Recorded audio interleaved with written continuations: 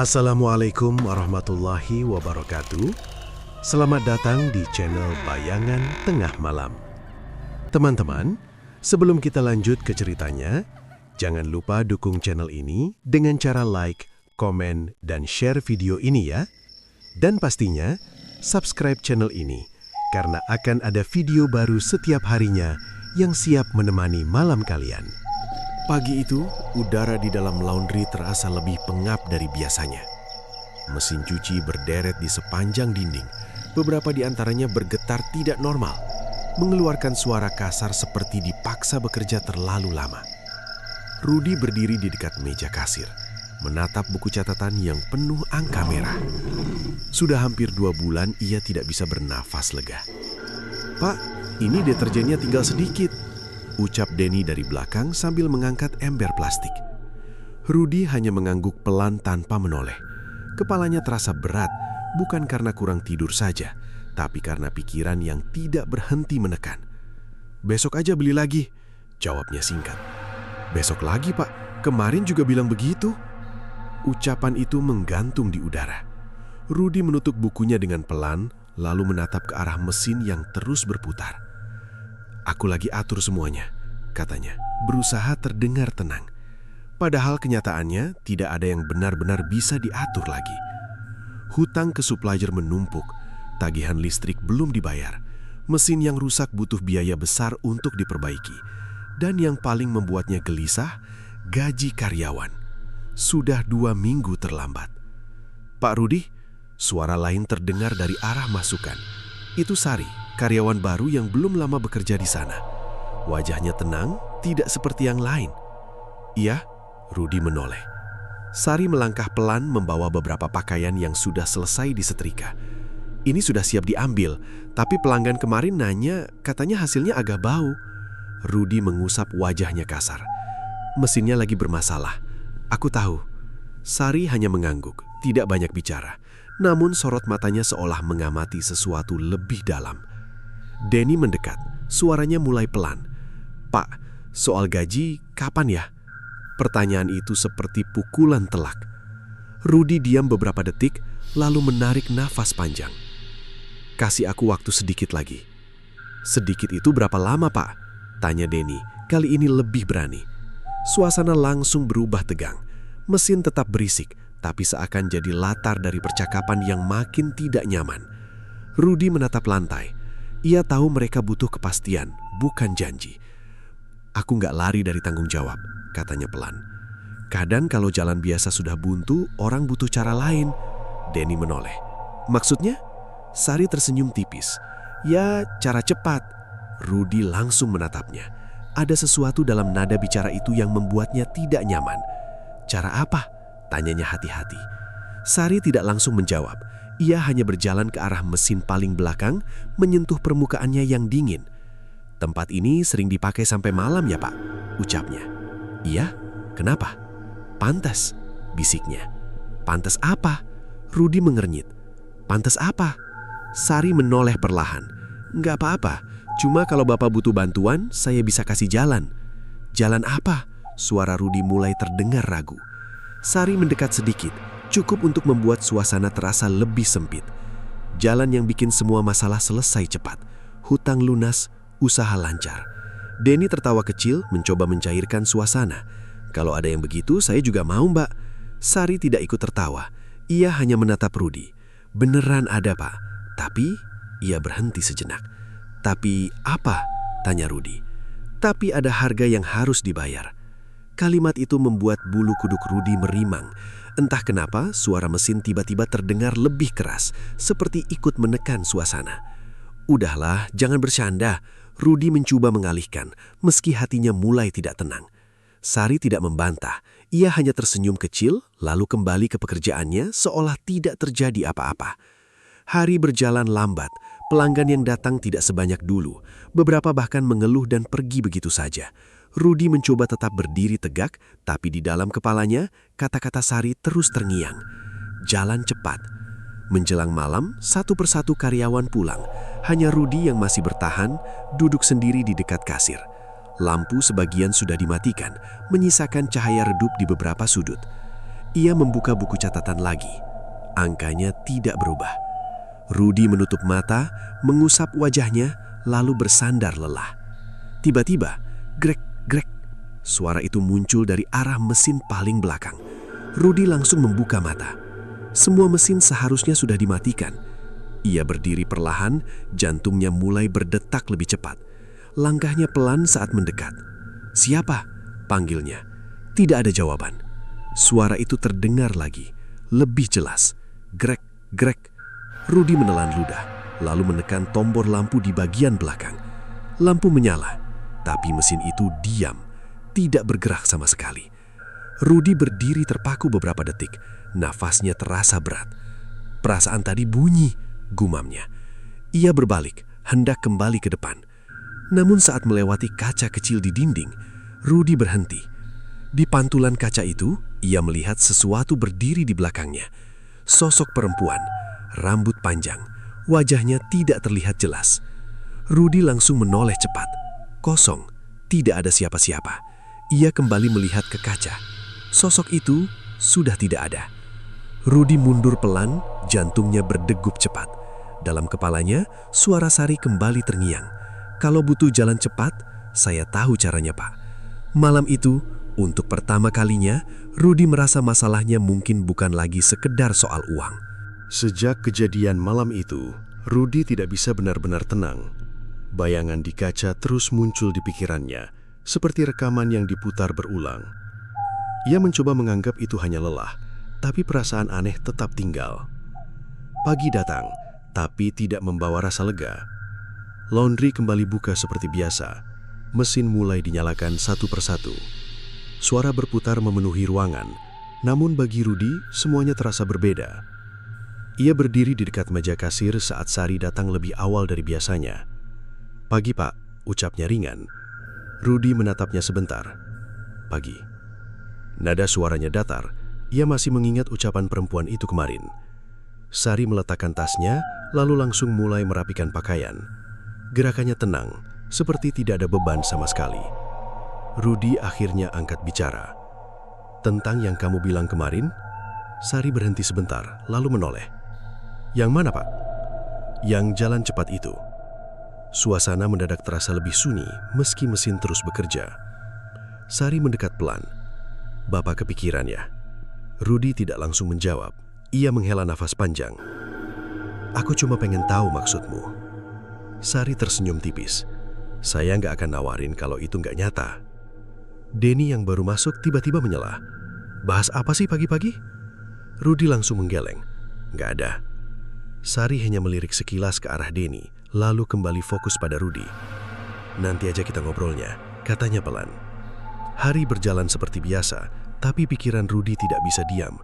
Ia beberapa kali salah mencatat, bahkan hampir memberikan pakaian yang salah ke pelanggan. Menjelang siang, suasana sedikit sepi. Denny keluar untuk membeli makan, menyisakan Rudi dan Sari di dalam. Kesempatan itu langsung dimanfaatkan. "Sekarang kamu jelasin," kata Rudi tanpa basa-basi. Sari tidak terkejut, ia seperti sudah menunggu. "Bapak lagi terdesak kan?" ucapnya santai. Rudi menatap tajam. "Kamu tahu dari mana?" "Kelihatan," jawabnya singkat. Rudi terdiam, tidak bisa menyangkal. Sari melangkah mendekat, suaranya lebih pelan. "Kalau cuma kerja keras, hasilnya lama. Kadang orang butuh bantuan dari tempat lain." Rudi mulai merasa tidak nyaman. "Maksudmu hal gaib?" Sari mengangguk kecil. "Lebih tepatnya perjanjian." Rudi langsung menggeleng. "Aku nggak mau hal begitu." Sari tidak memaksa. Ia hanya mengambil tasnya lalu mengeluarkan sesuatu. Sebuah amplop tebal. Ia meletakkannya di atas meja. "Lihat dulu, Pak." Rudi ragu tapi akhirnya membuka amplop itu. Isinya uang, banyak. Tangannya langsung berhenti bergerak. "Ini," suaranya tercekak. "Cuma sebagian kecil," kata Sari tenang. Rudi menatapnya tidak percaya. "Dari mana kamu dapat ini?" Sari tidak langsung menjawab. Ia hanya menatap Rudi dalam diam, lalu berkata pelan, "Dari jalan yang saya bilang." Jantung Rudi berdetak lebih cepat. "Kamu serius?" "Kalau nggak serius, saya nggak akan berani kasih lihat." Rudi menutup amplop itu perlahan, pikirannya kacau. "Ini pasti ada resikonya," katanya. Sari mengangguk. Ada. Bahaya? Sari tersenyum samar. Tergantung Bapak. Maksudnya? Kalau Bapak patuh, semuanya lancar. Tapi kalau melanggar, ia menggantung kalimatnya. Rudi menelan ludah. Melanggar apa? Sari menatap lurus ke matanya. Perjanjiannya. Suasana mendadak terasa dingin. Rudi mundur sedikit. Perjanjian dengan siapa? Sari tidak menjawab langsung. Ia justru bertanya. Bapak percaya nggak kalau ada yang bisa kasih apa saja yang Bapak mau? Rudi terdiam. Sari melanjutkan. Uang, pelanggan, usaha maju, semua bisa. Dengan imbalan apa? Tanya Rudi pelan. Sari tersenyum lagi, kali ini lebih tipis. Bukan uang. Jawaban itu membuat dada Rudi terasa sesak. Terus? Sari mendekat sedikit, hampir berbisik. Ikatan. Rudi mengernyit. Ikatan gimana? Sari menatapnya dalam-dalam, seperti pernikahan. Rudi langsung mundur. Kamu gila? Sari tetap tenang. Nggak semua orang kuat jalan biasa, Pak. Rudi menggeleng keras. Aku nggak mau terlibat yang aneh-aneh. Sari tidak tersinggung. Ia hanya mengambil kembali amplop itu, lalu menyimpannya. Kalau berubah pikiran, bilang aja, katanya santai. Tak lama, Denny kembali masuk dengan kantong makan. Wah, serius amat sih, katanya sambil tertawa. Rudi tidak menanggapi. Ia hanya duduk diam, menatap lantai. Sepanjang sore, pikirannya terus dipenuhi satu hal, uang di dalam amplop tadi. Jumlahnya cukup untuk menutup sebagian utangnya. Malam kembali datang. Setelah semua pulang, Rudi duduk sendirian lagi. Kali ini ia tidak langsung menutup tempat itu. Ia justru berjalan ke arah mesin belakang. Tempat suara itu muncul malam itu. Ia berdiri di sana cukup lama, menatap mesin yang diam.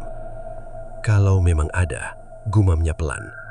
Tiba-tiba, lampu di atasnya berkedip sekali. Rudi tersentak. Udara mendadak terasa dingin. Lalu samar-samar terdengar suara perempuan. Halus, dekat. Terima saja. Rudi baku. Matanya melebar, nafasnya tertahan. Ia perlahan menoleh ke belakang. Tidak ada siapa-siapa, namun suara itu terasa sangat jelas. Dan di kepalanya, bayangan amplop tebal kembali muncul. Malam itu, keraguan Rudi mulai retak. Dan sesuatu seakan mulai mendekat. Malam setelah suara itu terdengar, Rudi tidak langsung pulang. Ia masih berdiri di dekat mesin belakang, mencoba meyakinkan diri bahwa semua hanya halusinasi. Namun hawa dingin yang menyelimuti ruangan tidak terasa wajar. Tangannya gemetar saat meraih saklar lampu. Ia mematikan, lalu menyalakan kembali. Ruangan tetap sama, tidak ada siapa-siapa. Tadi jelas banget, gumamnya pelan. Ia akhirnya memutuskan pulang, tapi pikirannya tidak ikut pergi dari tempat itu. Sepanjang perjalanan, ucapan Sari terus terenyang tentang jalan cepat, tentang perjanjian, tentang sesuatu yang bukan manusia. Sesampainya di rumah, Rudi tidak bisa tidur. Ia bolak-balik di kasur, menatap langit-langit yang gelap. Uang, utang, karyawan, semua bercampur jadi satu. Hingga akhirnya, menjelang subuh, ia mengambil ponsel. Tangannya sempat ragu, tapi tetap menekan nomor Sari. Telepon tersambung cepat. Pak Rudi, suara Sari terdengar tenang, seolah sudah menunggu. Rudi menelan ludah. Aku mau tahu lebih jauh. Tidak ada jeda. Baik, Pak, jawab Sari singkat. Pagi itu, Rudi datang lebih awal dari siapapun. Ia duduk di kursi kasir dengan wajah pucat. Tidak lama kemudian, Sari muncul seperti biasa. Ia langsung mendekat tanpa banyak basa-basi. Sudah siap dengar semuanya? Tanyanya. Rudi mengangguk pelan. Jelasin. Sari duduk di depannya. Yang saya tawarkan itu bukan sekedar bantuan, ini ikatan. Sekali masuk, tidak bisa mundur. Rudi diam. Bapak akan dapat apa yang diinginkan, tapi harus menjalani syarat. Syarat apa? Sari menatapnya dalam. Puasa 3 hari. Rudi mengernyit. Cuma itu? Sari menggeleng. Bukan puasa biasa. Tidak boleh makan daging, tidak boleh bicara sembarangan, dan tidak boleh menolak apapun yang datang saat malam. Kalimat terakhir itu membuat Rudi tidak nyaman. Menolak apa? Tanyanya pelan. Sari tidak langsung menjawab. Nanti Bapak akan tahu. Rudi mulai merasa ragu. Ini kedengarannya nggak normal. Sari senyum tipis. Memang bukan. Beberapa detik hening. Tapi selain itu, tanya Rudi lagi. Sari mengeluarkan secari kertas dari tasnya. Di atasnya ada tulisan tangan yang tidak rapi. Ini Bapak harus mengucapkan janji, sekali saja. Setelah itu, semuanya dimulai. Rudi mengambil kertas itu. Ia membaca perlahan, meski beberapa kata terasa aneh. Ini bahasa apa?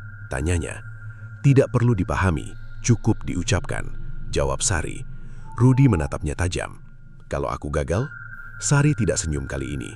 Jangan sampai gagal. Nada suaranya berbeda, lebih dingin. Rudi menarik napas panjang. Ia tahu ini bukan keputusan ringan. Ada resiko lain? Tanyanya lagi. Sari mengangguk. Ada. Apa? Sari menatap lurus. Bapak akan didatangi. Rudi langsung tegang. Didatangi siapa? Sari berdiri perlahan, yang mengikat perjanjian. Rudi ikut berdiri. Kamu maksud jin? Sari tidak menjawab, tapi ekspresinya cukup jelas. Rudi mundur selangkah. Aku harus lihat? Tidak selalu, kata Sari. Kadang cuma terasa. Rudi mengusap wajahnya, kepalanya semakin berat. Ini gila, bisiknya. Sari mendekat sedikit, tapi ini jalan cepat. Kalimat itu kembali menusuk. Rudi terdiam lama. Ia membayangkan utangnya lunas, karyawan dibayar, usaha kembali hidup. Semua terasa dekat. Aku harus mulai kapan? Tanyanya akhirnya. Sari senyum tipis lagi. Malam ini. Rudi kaget. Cepat banget. Semakin cepat, semakin baik, jawab Sari. Rudi menatap kertas di tangannya. Aku harus apa sekarang? Persiapkan diri. Mulai puasa hari ini. Malam nanti, jangan keluar rumah. Rudi mengangguk pelan, meski hatinya tidak benar-benar siap. Hari itu berjalan lambat. Rudi mencoba bekerja seperti biasa, tapi pikirannya terus terganggu. Ia bahkan tidak berani menatap Sari terlalu lama. Menjelang sore, tubuhnya mulai lemas karena tidak makan. Denny sempat bertanya, Pak, kok pucat banget? Lagi nggak enak badan, jawab Rudi singkat. Ia tidak ingin ada yang tahu. Malam akhirnya datang. Rudi sudah berada di rumah. Lampu dimatikan sebagian, menyisakan cahaya redup di ruang tamu. Ia duduk sendirian, memegang kertas itu. Jam dinding berdetak pelan. Detik terasa lebih lama dari biasanya. Rudi menarik napas panjang, lalu mulai membaca tulisan di kertas tersebut. Suaranya pelan, tapi jelas. Setelah selesai, ia merasa ruangan tiba-tiba berubah.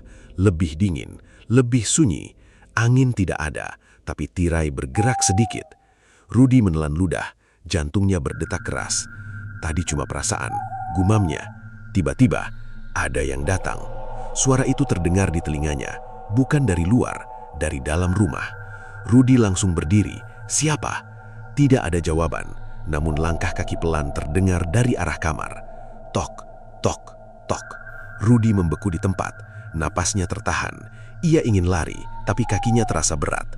Pintu kamar yang tadi tertutup pun perlahan terbuka sendiri. Cahaya gelap dari dalam menyebar keluar, dan dari sana sesuatu mulai muncul. Rudi tidak bisa lihat jelas, tapi ia tahu satu hal, sesuatu itu sedang menatapnya. Malam pertama belum selesai, dan Rudi sudah sadar ia tidak bisa kembali. Udara di dalam rumah terasa berat sejak pintu kamar itu terbuka sendiri. Rudi berdiri kaku di ruang tamu, menatap ke arah gelap yang perlahan mengalir keluar seperti kabut tipis. Nafasnya pendek, dadanya naik turun tak beraturan. Langkah kaki itu kembali terdengar. Tok, tok, tok. Pelan tapi jelas. Rudi mundur satu langkah. Siapa? Suaranya hampir tidak terdengar. Tidak ada jawaban, hanya keheningan yang makin menekan. Lalu bayangan itu muncul. Awalnya samar, seperti siluet yang tidak utuh. Namun semakin lama, bentuknya mulai terlihat. Sosok perempuan berdiri di ambang pintu kamar. Rambutnya panjang menjuntai, menutupi sebagian wajah. Rudi menelan ludah. Tubuhnya tidak bisa digerakkan. Sosok itu melangkah keluar. Pelan. Tidak ada suara nafas, tidak ada bunyi pakaian. Hanya langkah kaki yang terasa aneh, seperti tidak benar-benar menyentuh lantai. Rudi ingin berteriak, tapi suaranya tertahan. Perempuan itu berhenti beberapa meter di depannya. Kepalanya sedikit miring, seolah sedang memperhatikan. Kamu siapa?" Rudy memaksa bicara. Beberapa detik hening, lalu terdengar suara, lembut tapi dingin. "Aku yang datang." Kalimat itu membuat bulu kuduk Rudy berdiri. Ia teringat ucapan Sari, "Bapak akan didatangi." Rudy gemetar. "Ini bagian dari perjanjian?" Sosok itu tidak menjawab langsung. Ia justru melangkah lebih dekat.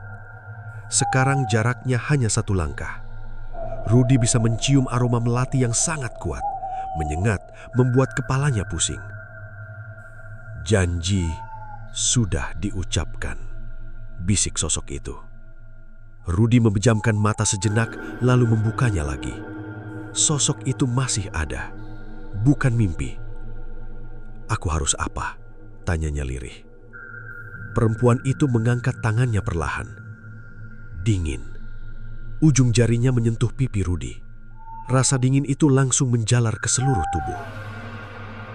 "Terima aku," katanya pelan. Rudy ingin menolak. Jelas ia ingin menolak.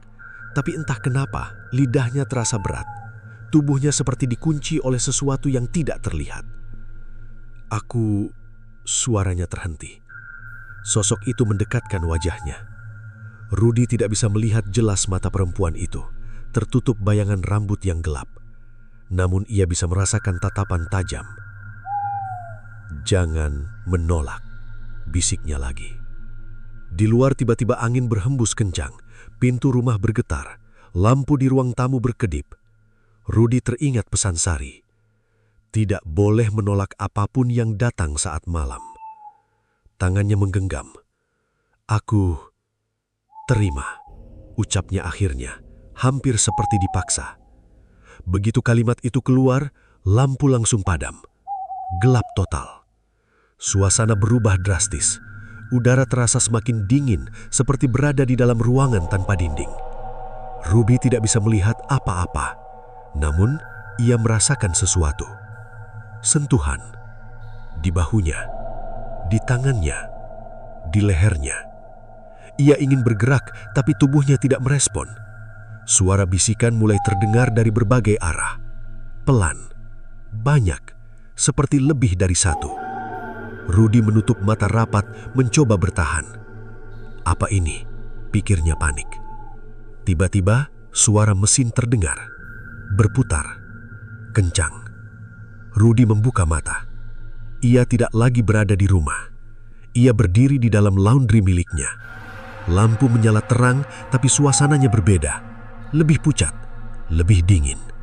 Semua mesin cuci menyala sendiri. Air di dalamnya berputar cepat. Namun warnanya merah. Rudy mundur dengan panik. Ini nggak mungkin. Suara langkah terdengar lagi di belakangnya. Ia menoleh. Perempuan itu berdiri di sana. Sekarang lebih jelas. Wajahnya pucat, bibirnya tipis, matanya kosong, tapi tetap menatap langsung ke arah Rudy. "Ini tempat kita," katanya. Rudy menggelengkan. "Tidak. Ini tempat kerjaku." Sosok itu tersenyum samar. "Sekarang juga milikku." Tiba-tiba, mesin di dekat mereka terbuka sendiri. Air merah tumpah keluar, mengalir ke lantai. Rudy mundur lagi, tapi kakinya terpeleset. Ia jatuh. Tangannya menyentuh cairan itu. Lengket, hangat, seperti darah.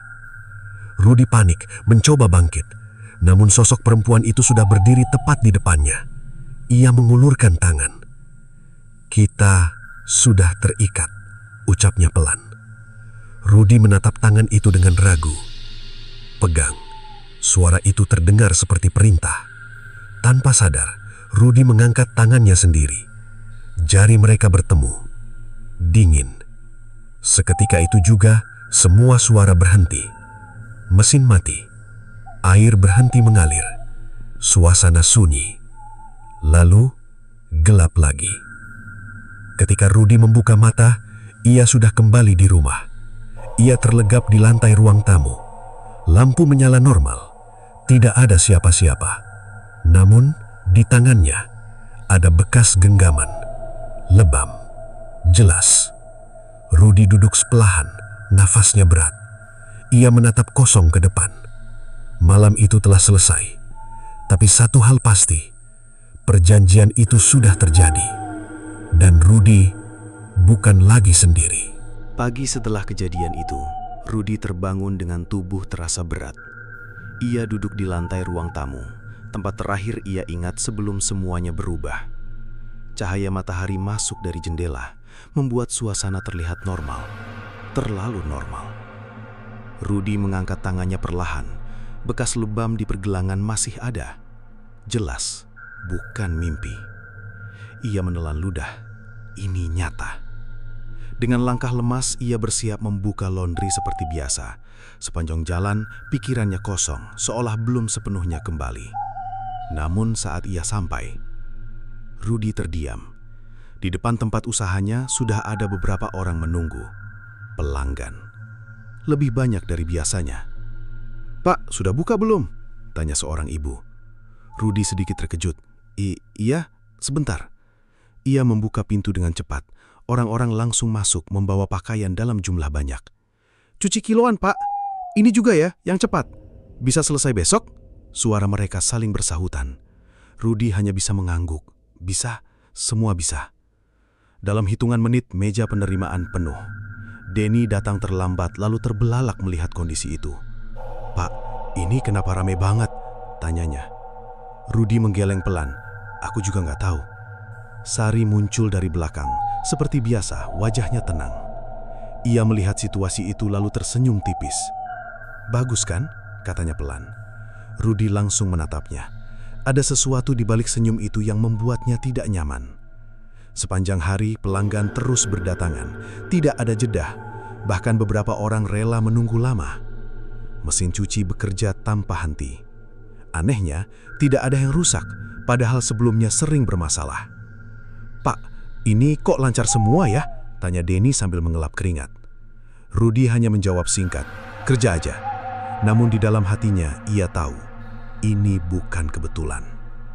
Menjelang sore, uang di laci kasir mulai menumpuk. Jumlahnya jauh lebih besar dari hari-hari sebelumnya. Rudy menghitungnya dengan tangan sedikit gemetar.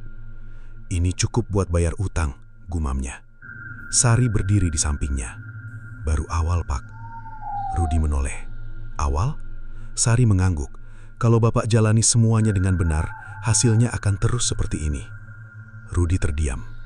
Ia seharusnya senang, tapi ada perasaan lain yang sulit dijelaskan. Malam tiba. Pekerjaan belum selesai sepenuhnya, tapi suasana mulai sepi. Denny terlihat kelelahan. "Pak, badan saya kok aneh ya?" katanya sambil duduk. "Kenapa?" tanya Rudy. "Pusing sama dingin," jawab Denny. Rudy mengernyit. "Mungkin kecapean." Denny mengangguk tapi wajahnya pucat. Sari melirik sekilas lalu berkata pelan, "Istirahat saja." Denny akhirnya pulang lebih cepat. Setelah itu hanya Rudy dan Sari yang tersisa. Rudy membereskan meja kasir lalu berkata, "Hari ini aneh." Sari tersenyum kecil. "Bukan aneh, ini hasil." Rudy menatapnya. "Semua ini karena itu." Sari tidak menjawab langsung. Ia justru bertanya, "Bapak menyesal?" Rudy diam. Ia melihat ke arah mesin yang masih berputar, mengingat uang yang masuk hari ini, lalu teringat malam sebelumnya. Wajah perempuan itu, sentuhan dingin itu. Rudy berhenti. Ia tidak bisa menjawab. Sari melangkah mendekat. "Kalau sudah mulai, jangan ragu." Rudy mengangguk pelan meski hatinya belum sepenuhnya yakin. Malam semakin larut. Mereka akhirnya menutup tempat itu. Rudy pulang dengan tubuh lelah, tapi pikirannya tidak bisa beristirahat. Sesampainya di rumah, ia langsung duduk di kursi. Sunyi, tidak ada apa-apa. Ia mencoba meyakinkan diri bahwa semuanya sudah selesai. Namun saat ia hendak masuk kamar, terdengar suara pelan dari dalam, seperti seseorang berbicara. Rudy berhenti, nafasnya tertahan. Ia mendekat perlahan lalu membuka pintu sedikit. Di dalam kamar, kosong. Tidak ada siapa-siapa. Rudy menghela nafas lega. Tadi cuma perasaan, gumamnya. Ia masuk lalu duduk di tepi tempat tidur. Namun tiba-tiba, suara itu terdengar lagi. Kali ini lebih jelas, seperti suara Denny. "Pak, dingin." Rudy langsung berdiri. "Itu bukan mungkin," bisiknya panik.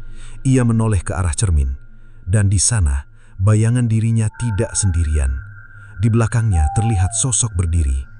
Perempuan itu, wajahnya lebih dekat, lebih jelas, dan kali ini ia tersenyum. Rudy membeku, tubuhnya tidak bisa bergerak. Suara itu kembali terdengar, tapi bukan dari Denny lagi, dari sosok itu.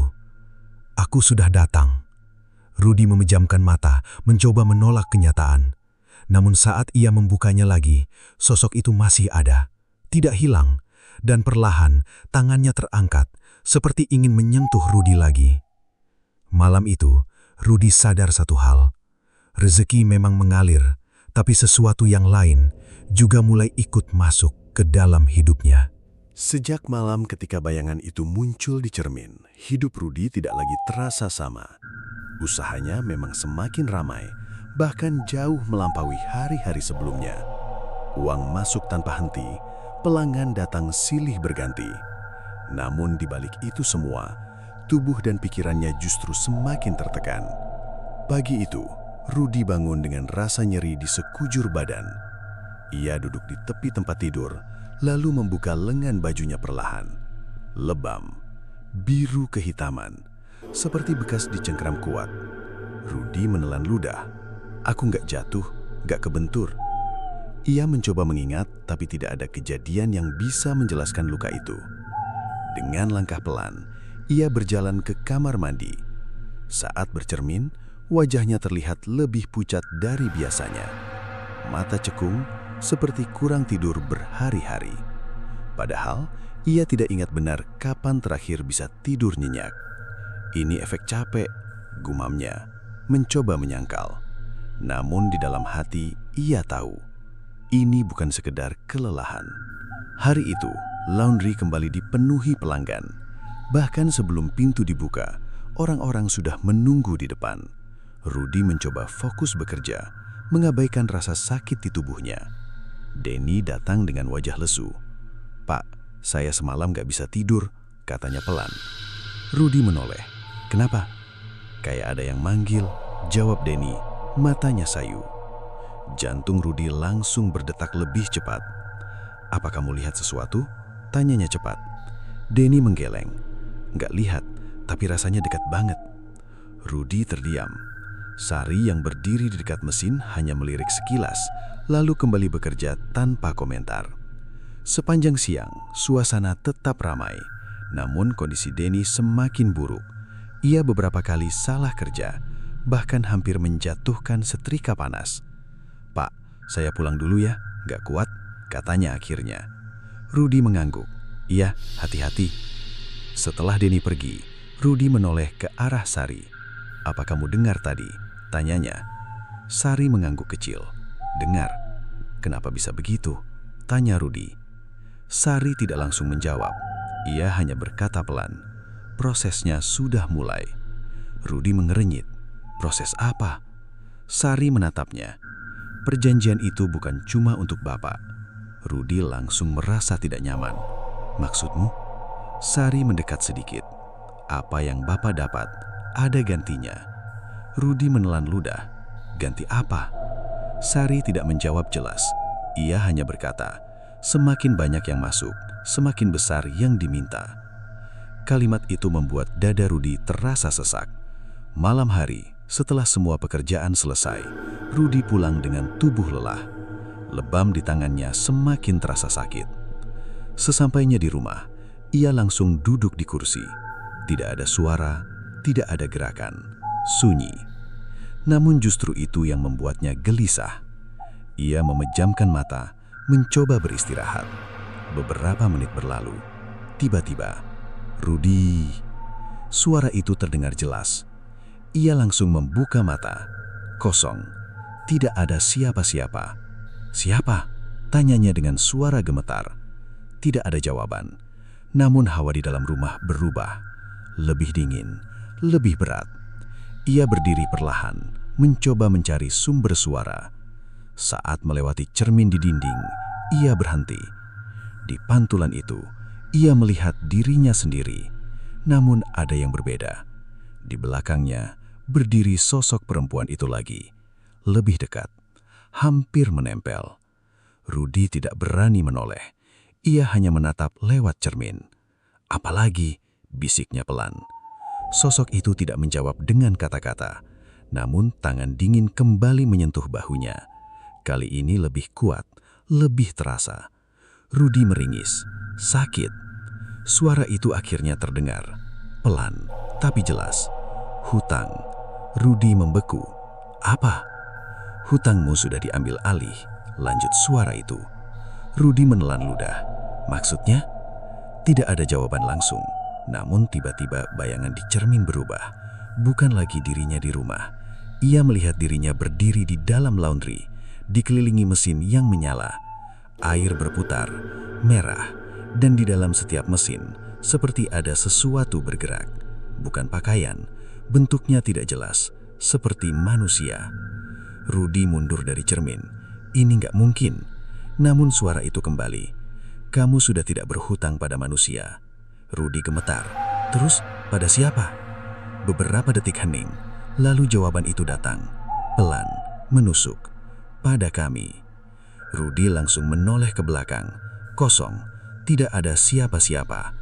Namun saat ia kembali melihat cermin, sosok itu sudah sangat dekat. Wajahnya kini terlihat jelas, pucat, matanya kosong, senyumnya tipis, dan di lehernya ada bekas seperti jeratan. Rudi terjatuh ke lantai, nafasnya tidak beraturan, kepalanya terasa penuh. Ia akhirnya sadar satu hal, hutangnya memang berkurang, tapi bukan hilang, hanya berpindah. Dan sekarang, ia terikat pada sesuatu yang tidak bisa ia bayar dengan uang. Suasana pagi di laundry itu mulai terasa berbeda sejak kejadian terakhir. Rudi masih datang seperti biasa, tapi matanya sering kosong.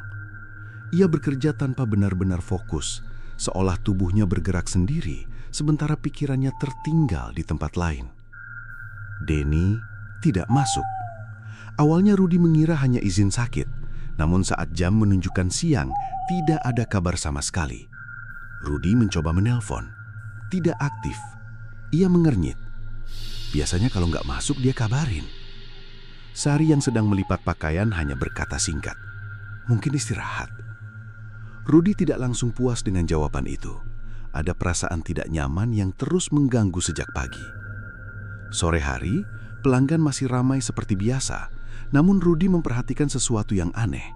Beberapa orang terlihat lebih lama menunggu dari biasanya, tapi tidak ada yang komplain. Seolah waktu berjalan lambat tanpa alasan jelas. "Pak, Denny kemana?" tanya seorang pelanggan yang sering datang. Rudi terdiam sejenak. "Lagi nggak masuk." Orang itu mengangguk, lalu tidak bertanya lagi. Namun di dalam kepala Rudi, pertanyaan itu semakin mengganggu. Kenapa tidak ada kabar sama sekali? Malamnya setelah laundry hampir tutup, Rudi memutuskan mencari ke rumah Denny. Ia tidak ingin berpikir buruk, tapi nalurinya mengatakan ada sesuatu yang salah. Perjalanan terasa lebih lama dari biasanya. Jalanan gelap, lampu jalan berkedip tidak stabil. Sesampainya di rumah kontrakan kecil itu, Rudi mengetuk pintu. Tok, tok, tok. Tidak ada jawaban. Ia mencoba lagi. Tok, tok, tok. "Den, kamu di dalam?" panggilnya. Hening. Rudi mulai cemas. Ia mencoba melihat dari jendela samping. Kosong. Tidak ada barang berserakan, tidak ada tanda-tanda aktivitas. Pintu tidak terkunci. Dengan ragu, ia mendorongnya perlahan. "Den, ini saya." Suara Rudi menggema di ruangan sempit itu. Sunyi. Terlalu sunyi. Ia masuk lebih dalam. Semua rapi. Tapi terlalu rapi untuk orang yang katanya sakit. Di meja masih ada gelas air setengah penuh. Di sudut ruangan, sandal Denny masih ada, namun tidak ada Denny. Rudi menelan ludah. Kemana dia? Tiba-tiba ponselnya bergetar. Sari. Rudi langsung mengangkat. "Pak Rudi," suara Sari terdengar tenang. "Denny nggak ada di rumah," kata Rudi cepat. Hening sejenak di seberang. Lalu Sari menjawab pelan. "Saya tahu." Rudi langsung menegang. "Kamu tahu?" "Iya." "Dia kemana?" Sari tidak langsung menjawab. Suaranya berubah sedikit lebih rendah. "Sudah selesai." Rudi mengernyit. "Maksudnya selesai apa?" Sari menghela napas pelan. "Prosesnya." Rudi merasa darahnya dingin. "Jangan bercanda." "Saya tidak bercanda," jawab Sari. Rudi langsung keluar dari rumah Denny, napasnya tidak teratur. "Kamu harus jelasin sekarang." Sari terdiam sebentar lalu berkata, "Yang datang malam itu tidak hanya mengambil dari Bapak." Rudi berhenti di tengah jalan. "Apa maksudmu?" "Dia juga mengambil dari sekitar Bapak." Rudi menggenggam ponselnya kuat. "Jadi, Denny..." Sari tidak menyelesaikan kalimatnya, tapi diamnya sudah cukup menjawab. Rudi terhuyung sedikit. Tidak mungkin. Namun ingatannya langsung melompat ke malam ritual, sentuhan dingin, suara bisikan, janji yang tidak sepenuhnya ia pahami. Ia menutup mata sebentar. Saat dibuka lagi, suara Sari terdengar. "Bapak harus hati-hati. Semakin lama terikat, semakin besar yang diambil." Rudi langsung bertanya, "Bisa dikembalikan?" Hening. Lalu Sari menjawab pelan, "Tidak seperti itu." Rudi merasa kepalanya berputar. "Terus, apa gunanya semua ini?" Sari menjawab tanpa ragu, "Kelancaran." Rudi tertawa kecil, tapi getir. "Kelancaran? Kalau orang hilang begitu?" Tidak ada jawaban. Malam itu, Rudi kembali ke laundry dengan perasaan kosong. Tempat itu terlihat biasa, tapi baginya tidak lagi sama. Ia berdiri di dekat mesin belakang, tempat kejadian pertama muncul. "Ini semua salahku," gumamnya. Tiba-tiba suara mesin menyala sendiri. Rudi langsung mundur. "Siapa?" Tidak ada. Namun mesin terus berputar. Air di dalamnya mulai bergerak, pelan, lalu semakin cepat. Dan dari dalam kaca mesin, Rudi melihat sesuatu. Seperti bayangan tubuh. Tidak jelas, tapi bentuknya familiar. Ia mendekat perlahan. "Denny?" bisiknya ragu. Air berhenti bergerak. Sunyi. Lalu suara itu muncul lagi di belakangnya. Pelan. "Sudah diambil." Rudi langsung berbalik. Kosong. Namun suara itu masih ada. Bayarannya sudah berjalan. Rudi jatuh terduduk. "Aku nggak mau ini." Namun suara lain menyusul. Lebih dekat. Sudah terlambat. Malam itu, Rudi tidak lagi hanya kehilangan karyawan. Ia mulai memahami bahwa setiap rezeki yang datang, selalu ada yang pergi sebagai gantinya. Sejak kejadian hilangnya Denny, Rudi tidak lagi bekerja dengan tenang. Tubuhnya tetap hadir di laundry, tapi pikirannya terus melayang. Setiap suara mesin terdengar seperti peringatan. Setiap pelanggan yang datang terasa seperti beban baru yang belum tentu aman. Sari masih ada di sana, tenang seperti biasa, terlalu tenang untuk situasi yang semakin kacau. Rudi mulai memperhatikannya lebih sering. Cara Sari bergerak, cara dia berbicara, bahkan cara dia diam, semuanya terasa tidak wajar. Suatu sore, setelah pelanggan mulai sepi, Rudi akhirnya tidak tahan lagi. "Sari," panggilnya pelan. Perempuan itu menoleh. "Iya, Pak." Rudi mendekat. "Kamu sebenarnya siapa?" Sari tidak langsung menjawab. Ia hanya menatap seperti sedang menimbang sesuatu. "Kenapa Bapak tanya begitu?" balasnya lembut. Rudi menghela napas. "Denny hilang. Banyak hal aneh terjadi sejak kamu datang. Aku butuh jawaban." Suasana menjadi hening. Mesin di belakang tetap berputar, tapi rasanya seperti jauh. Sari berjalan pelan ke arah meja, lalu duduk. "Kalau saya jawab, Bapak siap dengar?" tanyanya. Rudi mengangguk cepat. "Aku harus tahu." Sari menarik napas perlahan. "Saya bukan orang baru di tempat seperti ini." Rudi mengernyit. "Maksudnya?" Sari menatap ke arah lantai. lalu berkata pelan, "Saya sudah pernah bekerja di banyak tempat seperti ini." "Banyak tempat?" ulang Sari. Sari mengangguk. Laundry, toko kecil, usaha rumahan, semua yang pemiliknya terdesak. Rudi mulai tidak nyaman. Apa yang terjadi sama mereka? Sari tidak langsung menjawab. Ia hanya berkata, sebagian berhasil, sebagian tidak.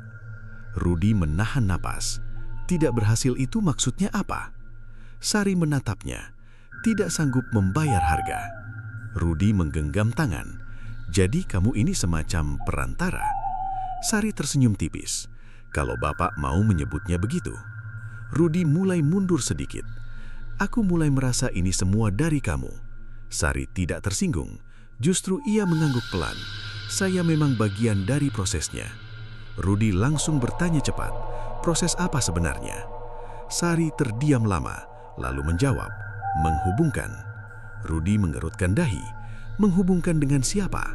Sari menatapnya dalam. "Dengan yang memberi." Suasana langsung terasa lebih berat. Rudi mengusap wajahnya. "Jadi semua uang itu bukan dari usaha biasa?" Sari mengeleng. "Bukan." Rudi merasa dadanya sesak. "Lalu dari mana?" Sari menjawab pelan, "Dari yang mengambil."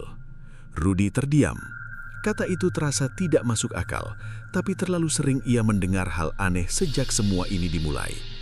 "Aku mau berhenti," kata Rudi tiba-tiba. Sari langsung menatap tajam. "Sekarang?" "Iya, aku nggak mau lanjut." Sari berdiri perlahan. Kalau berhenti di tengah, semua akan kacau. Rudi menahan napas. "Lebih kacau dari ini." Sari mengangguk kecil. "Bisa lebih." Rudi mulai panik. "Apa yang kamu sembunyikan?" Sari tidak jawab langsung. Ia justru berkata, "Bapak pernah lihat saya berubah?" "Maksudnya?" Sari menatapnya lama. "Coba ingat." Rudi mencoba mengingat semua interaksi, tapi tidak ada yang jelas. "Tidak," jawabnya. Sari tersenyum tipis. "Karena saya tidak berubah." Rudi semakin bingung. "Apa maksud kamu?" Sari melangkah mendekat. "Yang berubah itu bukan saya." Rudi mundur. "Terus apa?" Sari berhenti tepat di depannya. Tempatnya. Malam itu, setelah Rudi pulang, pikirannya semakin kacau. Ia mulai mencari tahu tentang Sari. Ia membuka catatan lama usaha, mencoba mengingat apakah ada orang yang pernah bekerja sebelumnya dengan ciri serupa. Tidak ada. Namun saat ia memeriksa buku catatan keuangan lama, ia menemukan sesuatu yang membuatnya berhenti. Nama-nama pemilik laundry sebelumnya. Beberapa di antaranya pernah mempekerjakan seseorang bernama Sari. Tapi di catatan itu, tidak ada kelanjutan usaha mereka. Semua berhenti tiba-tiba. Rudi menatap layar ponselnya lama. Apa yang sebenarnya terjadi? Gumamnya. Tiba-tiba, ponselnya bergetar. "Sari." Rudi langsung angkat. "Kenapa kamu simpan catatan lama?" Suara Sari terdengar lebih dingin dari biasanya. Rudi langsung menegang. "Kamu di mana?" "Tidak penting," jawab Sari. Rudi mulai takut. "Jawab aku, kamu ini siapa sebenarnya?" Hening sejenak, lalu Sari berkata pelan, "Saya bagian yang selalu ada saat perjanjian dimulai." Rudi menggenggam ponsel kuat. "Aku mau berhenti." Sari tertawa kecil, tapi tidak hangat. "Tidak semua orang bisa keluar dari yang sudah dibuka." Rudi panik. "Denny hilang karena kamu." Sari diam. Lalu jawabannya singkat, "Denny hilang karena Bapak lanjut." Kalimat itu membuat Rudi terdiam. Ia ingin membantah, tapi tidak bisa. Karena jauh di dalam dirinya, ia tahu semua ini memang dimulai saat ia mengucapkan terima. Sari menutup pembicaraan dengan satu kalimat, "Kalau ingin tahu siapa saya, lihat saja yang datang berikutnya." Telepon terputus. Rudi berdiri di tengah kamar, napasnya tidak beraturan. Dan untuk pertama kalinya sejak semua ini dimulai, ia merasa bukan hanya usahanya yang dipertaruhkan, tapi dirinya sendiri. Sejak percakapan terakhir dengan Sari, Rudi tidak lagi berani menganggap malam sebagai waktu istirahat. Setiap gelap datang, ia merasa sesuatu ikut masuk ke dalam hidupnya. Bukan sekedar ketakutan biasa, tapi tekanan yang sulit dijelaskan, seperti ada yang menunggu keputusan darinya. Laundry tetap buka, namun suasananya sudah tidak sama. Mesin masih berputar, pelanggan masih datang, uang tetap mengalir, tapi semua terasa seperti pinjaman yang semakin menumpuk tanpa batas. Pagi itu, Rudi datang lebih awal dari siapapun. Tangannya gemetar saat membuka pintu. Udara di dalam ruangan terasa lebih dingin dari biasanya. Tidak ada Sari. Ini pertama kalinya perempuan itu tidak muncul di jam kerja. Rudi berdiri di tengah ruangan, bingung. Kemana dia? Gumamnya. Denny masih tidak ada. Nama itu kembali terlintas, membuat dadanya sesak. Ia mencoba mengalihkan pikiran dengan mulai menyalakan mesin.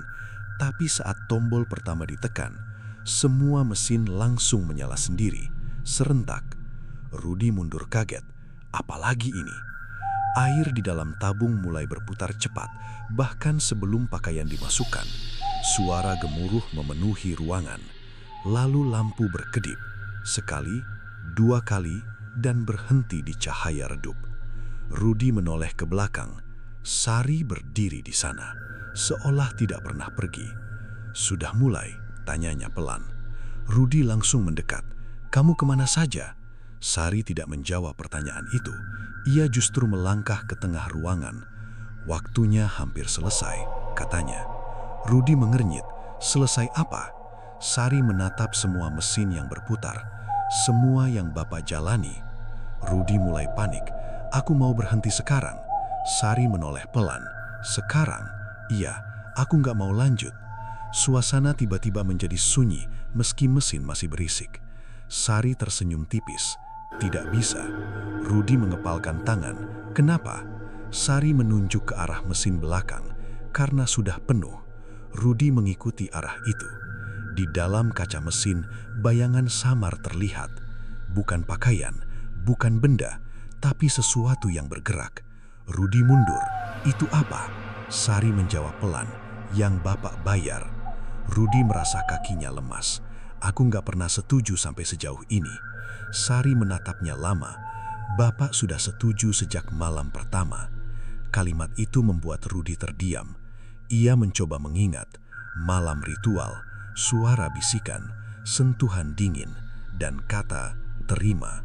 Rudi berbisik, jadi ini nggak akan berhenti.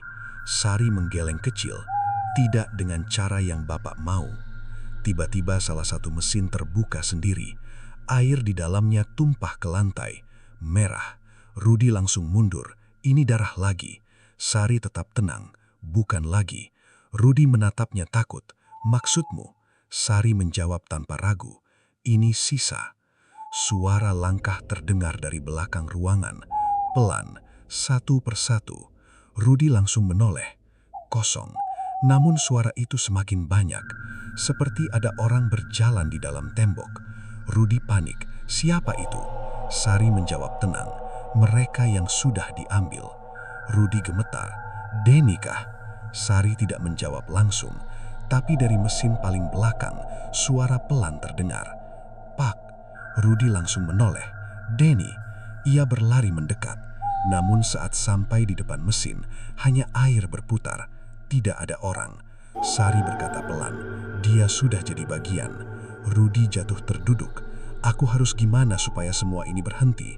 Sari mendekat lalu berlutut di depannya. Tidak ada berhenti, katanya lembut. Rudi menatapnya. Jadi aku selamanya begini. Sari mengangguk kecil. Selama usaha ini hidup. Rudi tertawa kecil, tapi getir. Kalau aku tutup, Sari menatapnya dalam. Kalau ditutup, yang sudah diambil akan mencari jalan keluar. Rudi langsung terdiam. Suasana semakin berat. Sari berdiri kembali. Pilihan Bapak tinggal satu. Rudi menatapnya. Apa? Sari menunjuk dirinya sendiri. Menjadi pengganti yang lama. Rudi kaget. Maksudnya aku jadi Sari? Sari menggeleng. Bukan seperti itu. Ia berhenti sejenak. Menjadi yang menjaga pintu. Rudi menutup mata. Kepalanya terasa pecah. Kalau aku nolak, Sari menjawab pelan, maka semua akan kembali ke awal, tapi tanpa kendali. Rudi diam lama. Ia melihat ke seluruh ruangan. Mesin yang terus berputar, air yang tidak pernah jernih, bayangan yang muncul di kaca, dan ingatan tentang Denny. Akhirnya ia bertanya pelan, "Kalau aku terima, apa yang terjadi?" Sari tersenyum tipis. "Bapak tidak akan sendirian lagi." Rudi menatapnya. Lama, sunyi, lalu perlahan ia berdiri. Tangannya gemetar. "Aku capek lari," katanya pelan. Sari mengangguk. Rudi menatap mesin-mesin itu sekali lagi. Kalau ini satu-satunya cara. Ia menarik napas dalam, lalu berbisik, "Aku terima." Begitu kata itu keluar, semua mesin berhenti serentak. Ruangan menjadi sunyi total. Lampu padam, gelap. Beberapa detik kemudian, suara Sari terdengar sangat dekat, tapi bukan dari depan, dari dalam dirinya sendiri. "Selamat datang." Rudi membuka mata, namun yang berdiri di depan kaca kini bukan dirinya yang lama, tapi seseorang yang mulai menggantikan tempat yang lain. Dan di luar laundry itu, usaha tetap buka seperti biasa, dengan pemilik baru yang tersenyum setiap kali pelanggan datang, seolah tidak pernah ada yang berubah.